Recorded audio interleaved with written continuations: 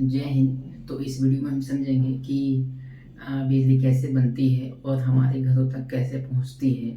Surge arrester और बस क्या होते हैं और ट्रांसफार्मर के नीचे छोटे छोटे पत्थर क्यों लगा दिए जाते हैं।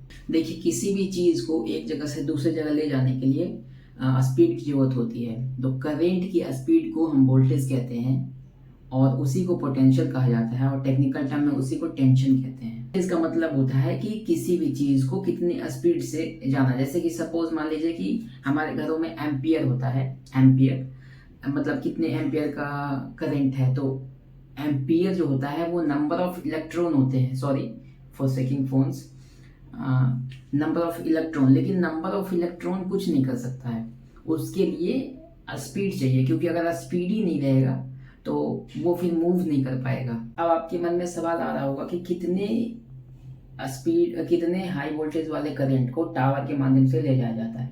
तो आंसर है 66 केवी से ज़्यादा वाले करंट को टावर के माध्यम से ले जाया जाता है। जो बड़े बड़े टावर्स होते हैं उसके माध्यम से ले जाया जाता है।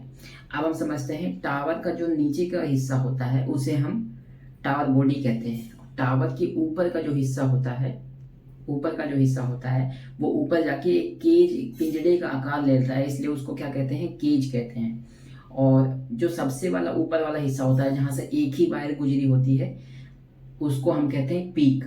आप लोग देखे होंगे कि जब भी ऊपर ट्रांसमिशन लाइन्स, ऊपर से लंबे लंबे जो पोल होते हैं खेतों में लगे होते हैं, अक्सर गांव वगैरह में देखने के लिए मिलते हैं, उसके ऊपर से तार गया होता है, उसे अर्थिंग कहते हैं। अगर ज़्यादा वोल्टेज आती है, ज़्यादा करंट आती है तो उसको अर्थिंग के माध्यम से ज़मीन में भेज दिया जाता है।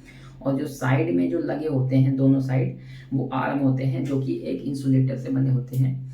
अब इंसुलेटर वो एक पॉर्सिलिन नाम के इंसुलेटर से बने होते हैं ताकि करंट जो है वो उस बिजली जो है उस खंभे में ना आए। क्या आप इमेज में देख सकते हैं, जो ऊपर का हिस्सा होता है उसे पीक कहते हैं और नीचे के हिस्से को केज कहा जाता है और सबसे नीचे के हिस्से को टावर बॉडी कहा जाता है। ठीक है, अब हम समझते हैं इसके लिए एक स्पेशल प्रकार का वायर का प्रयोग किया जाता है जिसे ACSR कहते हैं।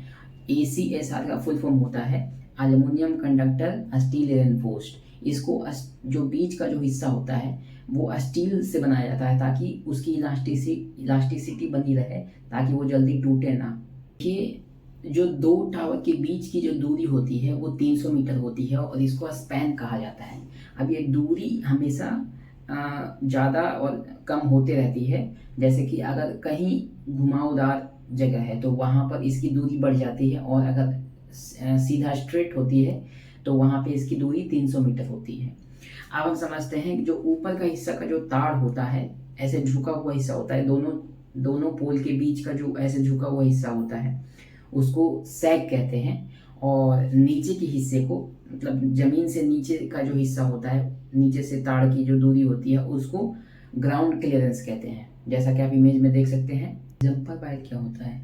जंपर वायर हम उसे कहते हैं जब दो पोल के बीच दो इंसुलेटर लगे होते हैं। दो इंसुलेटर जहाँ तार कंडक्ट होता है, उस दोनों तार को इस तरीके आकार का एक अलग से तार जोड़ा जाता है ताकि जो बीच की जो लाइंस है वो इस तरफ से इस तरफ आ सके। अब ये दो चीज़ इससे फ़ायदा होता है। पहला चीज़ कि ये वेट लोड कम कर देता है। दूसरी चीज़ कि इससे अगर बीच में कोई खराबी हो तो कट करके वहाँ पे काम किया जा सकता है। अब ये इसलिए लगाया जाता है, आप लोग देखे होंगे कि जब भी पोल्स होते हैं वहाँ पे जो वायर्स होते हैं वो आर्म के ऊपर से तार ले जाया जाता है। एक तो ऊपर से तार लेके जाया जाता है, सिंगल तार जिसे अर्थिंग बोलते हैं, और बाकी के 6 वायर आर्म से ले जाए जाते हैं जो कि एक इंसुलेटर से बना होता है, पोर्सिलिन से। अब हम समझते हैं स्टॉक ब्रिज डंपर क्या होता है। स्टॉक ब्रिज डंपर होता है जैसे कि कोई भी हाई वोल्टेज करंट कोई भी कंडक्टर से ले जाया जाता है तो वहाँ पे कंपन होता है, वाइब्रेशंस होता है। उसको कम करने के लिए स्टॉक ब्रिज डंपर लगाया जाता है ताकि वो वाइब्रेशन जो है वो अपने ऊपर ले ले और उसको वाइब्रेट करके ख़त्म कर दे। ताकि अगर वो नहीं लगाया जाएगा तो तार वायर में कंपन ज़्यादा होने के कारण उसका वेट बढ़ सकता है और वो तार टूट के गिर सकता है और किसी की जान भी जा सकती है। बहुत सारे ट्रांसमिशन लाइन में बहुत सारे वायर गए होते हैं तो उसके लिए स्पेसर का यूज़ किया जाता है। स्पेसर क्या होता है? स्पेसर का मतलब होता है जैसे कि किसी भी चीज़ को हम ईयर लगा देते हैं तो वो करने वाला हो जाता है। जैसे कि मान लीजिए डांस है, डांस का मतलब होता है नाचना, और डांसर मतलब नाचने वाला। तो वैसे ही स्पेसर का मतलब होता है स्पेस बनाने वाला।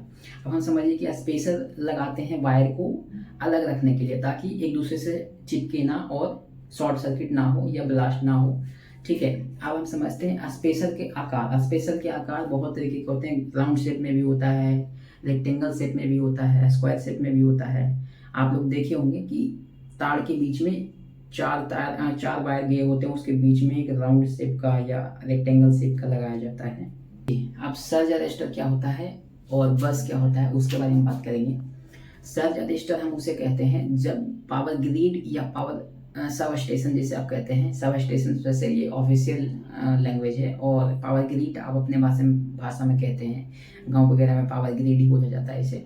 जब भी उसमें ज़्यादा वोल्टेज आती है, ज़्यादा करंट आता है, तो उस करंट को कम करने के लिए सर्ज अरेस्टर लगाया जाता है। सर्ज का मतलब होता है इकट्ठा कर लेना, अपने ऊपर ले लेना। ठीक है, तो वो ज़्यादा करंट को अपने ऊपर ले लेता है, उसे कम कर देता है, उसे कहते हैं सर्ज अरेस्टर। और उसके बाद ही वो जो बिजली होती है वो डिस्ट्रीब्यूट होने के लिए जाती है। अब ये समझिए बस क्या होता है। बस जो होता है सब स्टेशन के अंदर लगाए जाते हैं, लंबे लंबे 3 4 5 6, जैसा कि आप इमेज में देख सकते हैं। बिल्कुल इमेज में बिल्कुल किया गया है। और इसमें क्या होता है कि वायर के द्वारा आती है करंट और एक दूसरे के ऊपर से जाती है। और यहाँ पर बस 3 4 5 6 लगाया जाता है, क्योंकि अगर एक दो खराब भी हो जाए तो भी आगे की कंडक्टर आसानी से हो सके। अगर हमसे कोई भी टॉपिक छूट गया हो तो प्लीज़ कमेंट करके बताइएगा। अगली नेक्स्ट वीडियो में उस टॉपिक को कवर करेंगे हम।